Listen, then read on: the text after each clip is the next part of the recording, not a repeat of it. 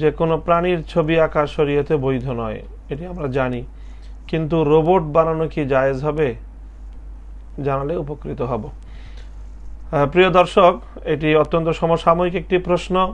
আমরা জানি যে ছবি তৈরি করা কোনো জীবন্ত কোনো জীব, জানোয়ারের, জানদারের, প্রাণীর কোনো আকৃতি গঠন করা এটি অত্যন্ত কঠোরভাবে ইসলামী শরীয়তের মধ্যে নিষেধ করা হয়েছে। আয়েশা রাদিয়াল্লাহু তাআলা আনহা থেকে বুখারী মুসলিম শরীফের মধ্যে বর্ণিত এক হাদিসে আল্লাহ রাসূল সাল্লাল্লাহু আলাইহি ওয়াসাল্লাম ইরশাদ করেছেন, ইন্না আসহাবা হাযিহি সুওয়ার ইউআযাবুনা ইয়াওমাল কিয়ামাহ ওয়া ইউকালু লাহুম আহইয়ু মা খালাকতুম।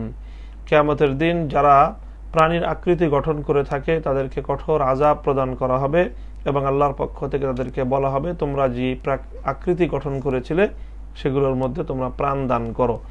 তখন তারা করতে পারবে না। ঠিক তদ্রূপ হাদিসের মধ্যে, বুখারী শরীফের হাদিসের মধ্যে এটাও বর্ণিত রয়েছে, লা তাদখুলুল মালাইকাতু বাইতান ফিহি কালবুন আও তাসাবির, যে ঘরের মধ্যে কোনো প্রাণীর আকৃতি থাকে সেই ঘরের মধ্যে ফেরেশতা প্রবেশ করে না।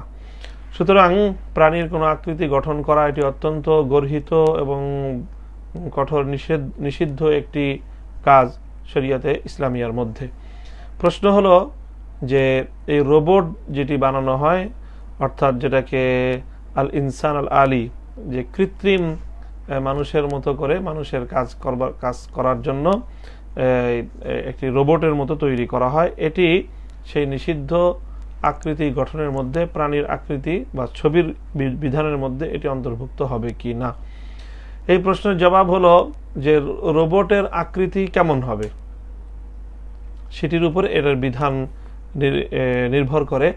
অর্থাৎ রোবটের আকৃতি যদি এমন হয় যে তার মধ্যে মানুষের যেই মূল পরিচায়ক যে অঙ্গ প্রত্যঙ্গগুলো সেগুলোর যদি কোনো প্রতিকৃতি না থাকে, যেমন যদি চোখ না থাকে, কান না থাকে, মুখ না থাকে, যেটার দ্বারা মানুষের মূল আকৃতি গঠিত যদি না হয়, এমনিতে যদি দেহের মতো করে তৈরি করা হয় আর মানুষের আকৃতির যে মূল বৈশিষ্ট্যসমূহ যেটার দ্বারা মানব আকৃতি বোঝা যায় সেগুলো যদি না থাকে, তাহলে সেই রোবট বানাতে কোনো সমস্যা নেই।